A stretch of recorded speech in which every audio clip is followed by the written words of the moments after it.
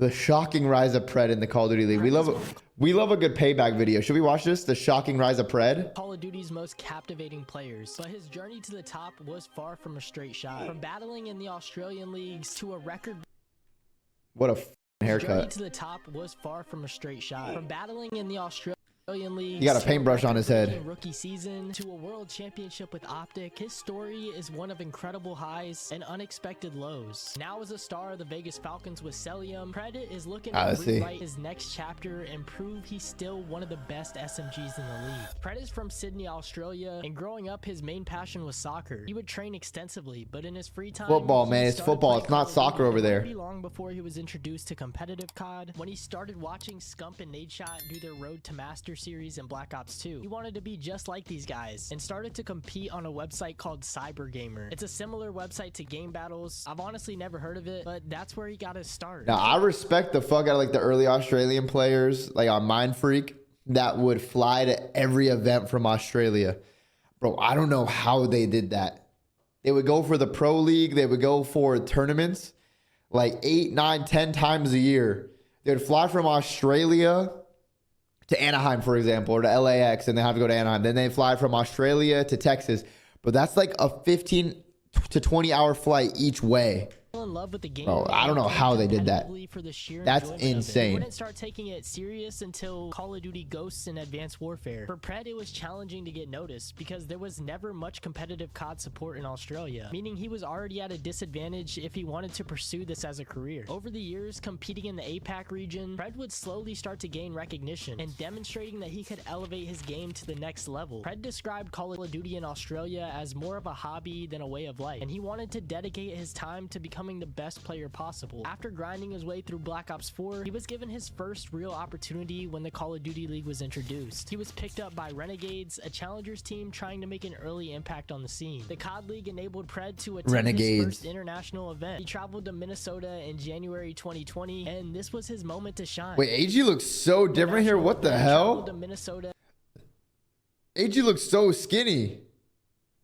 In January 2020. And this was his moment to shine, and he made the most of it, turning heads in the scene as a promising young player. Just as things were starting to look up, COVID hit, and everyone was forced to return home, meaning that Pred region, which was a much less competitive circuit. His team went on to dominate the APAC Challenger circuit, winning nearly every online tournament under Renegades. He had interest from the Vegas Legion heading into the Cold War season, but the deal fell through because they didn't want to sign unproven players to the roster. He did the same thing that he did in Modern Warfare, dominating the APAC region, and it was apparent that Pred was on another level than his competition. Through previous connections on the scene, and because AG was running it out there. He was winning everything. Of Modern Warfare and Cold what a dog. War, he was finally offered his first real opportunity to play in the Pro League. Out by Luca on a 3 spree, 2 second slap. Vertex Gaming, nobody's gonna be close enough. They didn't push it up. Renegades take the series 3-1, 250 to 195. There has never been a more dominant roster in Asia Pacific history. After a long season, Fida, Luca, Pred, Shocks. That's a good roster too, man. Heading into the Vanguard season, those are some of the Australian OGs. Pred the chance of a lifetime. The coaching staff had been keeping an eye on him in the challenger scene and decided to move him to the States, giving him a chance to compete at the highest level. This was his first real opportunity to prove himself. He struck a bit of luck getting onto the team, but he had prepared for this moment his whole life. Nah, bro, they had to take those risks. They took the calculated risk. Inside this hard point. Fred's going to do what he can though. 13-8 so far. He's having a great game. Survival training based in attack mask is going to slow him down when anyone hits him with a concussion grenade. And howdy doody. No, we will not be taking it. We are closed, says Pred as he cleans up 2 downstairs. They go to the So the team struggled to find success early in the season. He started to hit his stride in the middle of the Vanguard season, and Major 3 was a career-defining moment. Seattle Surge with Sib, Accuracy, Pred, and Mac made an incredible bracket run all the way to the finals. Pred was a catalyst for their success. To kick off our Major, it's all based off the first blood, and it's the Aussie once more. There to deliver. The SMGs are hungry right now. AG. Finds another. Surge 4v2 instantly. Pred, he finds his third in the round. And we're going to a 5-5. Pred just took that round completely over. For the first time in CDL history, Surge won their first major, and the rookie Pred was named the tournament MVP, dropping a 1.24 in the finals. In just 3 events, Pred did what only many dream of, and he showed no signs of slowing down. On top of that, he became the first Australian player But it's actually to win a crazy, Call of though. Duty major. He always has showed love to Australia, and he was putting on for all the players there. That's actually who never got the crazy. chance to Coming over make from it pro. Australia, Showing that it was first year in the possible, pro and league, became an winning a inspiration chip, to so many. MVP After ending as the well. season in fifth, Surge qualified for COD champs, and That has to be Pred inspiring. continued to elevate. Against the defending champs Atlanta FaZe, For everyone out Surge had there. one of the most iconic plays in an incredible comeback. And they've got control now with 30 to go. Yeah, but Sid's making the play. He's taking the long route, so it's going to start with him. Pred, they have to deal Oh. with this. But the rookie taking over. He's on 4 in a row. Got to get the kill up front. Mac going rotation. Nah, this was insane. Now big one-on-one on the other side of it. It's going to be a BZ that's there, but it's Pred that's able to Yo, the get Vanguard, yo, Seattle versus FaZe was always a banger match. And it's 4 in a row before he drops. A team name comes in. Another one. Going down to Pred. Oh my God. Continues to be huge.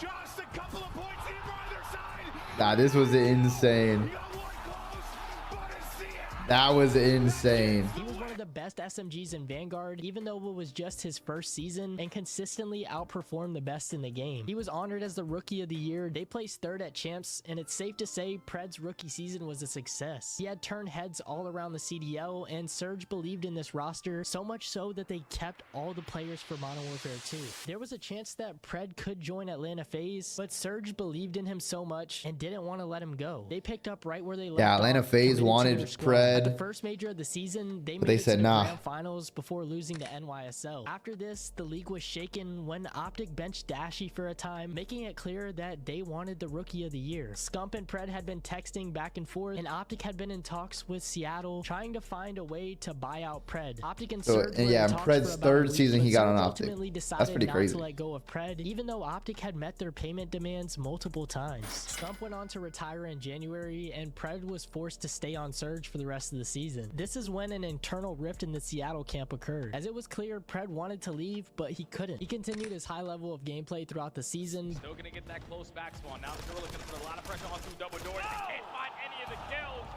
as Pred finds 3. Now on a 9 streak.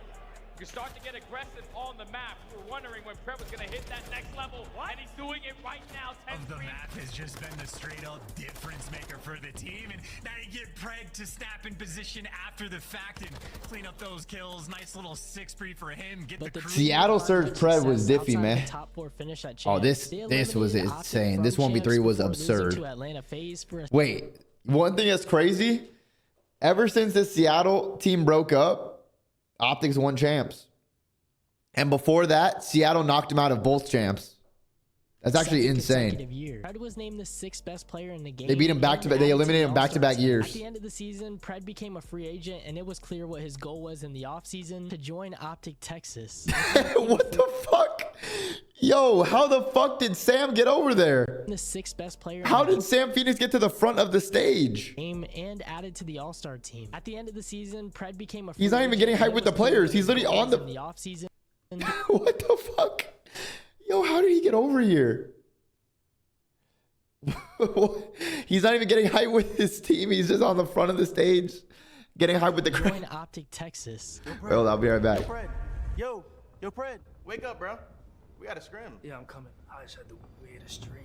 And in July 2023, OpTic officially announced that Pred would be joining the starting lineup in MW3 with Shotzi, Dashy, and Kenny. He spent his early years watching and idolizing players on OpTic, and now he made his dream come true, becoming a part of the team. A spot on OpTic boosted his status in Call of Duty immediately, and the pressure was on to perform for the Green Wall. At the first major of the season, OpTic were still figuring each other out, but managed to make a commanding run through the bracket before losing to Atlanta FaZe. Pred managed to be a consistent playmaker, but he was still criticized for his playstyle, even by his own coaching staff. Like that lay down came in like holding ninja angles, that's like a problem. OpTic was still a top 4 team in the game, but fell to Atlanta FaZe in the grand finals of Major 2. Then everything changed at Major 3 in Canada. After losing the previous events, the players Wait, were dude, under Seattle, pressure to find they didn't win an success event in in the next MW2. major, They got, and or delayed MW3. Yeah, they got second at the first event. I think they won one though.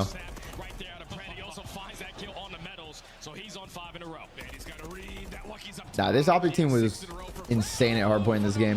The trophies are gone. They've been replaced, but it's Pred on the flank at 10 and 5. A few more kills and he gets a cruise. Ow! Pred roaming the halls. Pred was finessing. There it is, 6 in a row. OpTic made the run all the way to the finals, playing against the home team Toronto Ultra. They completed the 4-0 sweep and won their first major in 2 years, with Pred being a major part of their success. The next event was OpTic's worst one yet, a top 12 finish on land with no fans in attendance. But hopes were still high heading into Call of Duty Champs, as most people just seen this as a one-off event. This time around, Champs took place in Texas, OpTic's home court, and the crowd was overwhelmingly on their side. They were not the favorites coming into this event, but they didn't let that stop them from playing their best COD of the season. After a 3-0 sweep over LAG, OpTic's tournament run was hanging in the balance, going down 0-2 versus Los Angeles Thieves. But they managed to keep their composure and make an incredible comeback. Not going to be enough. Another multi-kill from Nasty, but now Pred's turn. Pred's turn as he gets 3. They're trading back and forth though as Ghosty gets 1. Pred right there directly after it. And you got the numbers in the closer spawn if you're OpTic Texas.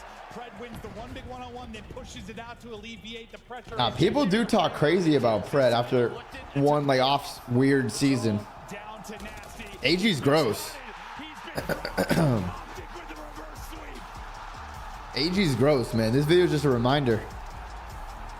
Boosting their confidence for the rest of the tournament. They went on to beat NYSL in a closely contested Game 5 series, and when they matched in the grand finals, it was a chance for OpTic to break their 7-year championship drought. They entered the grand finals with the OpTic dynasty leading the way, setting the stage for an incredible series. And OpTic went on to dominate, winning their first championship since Infinite Warfare, as Pred and Dashi earned their first rings ever.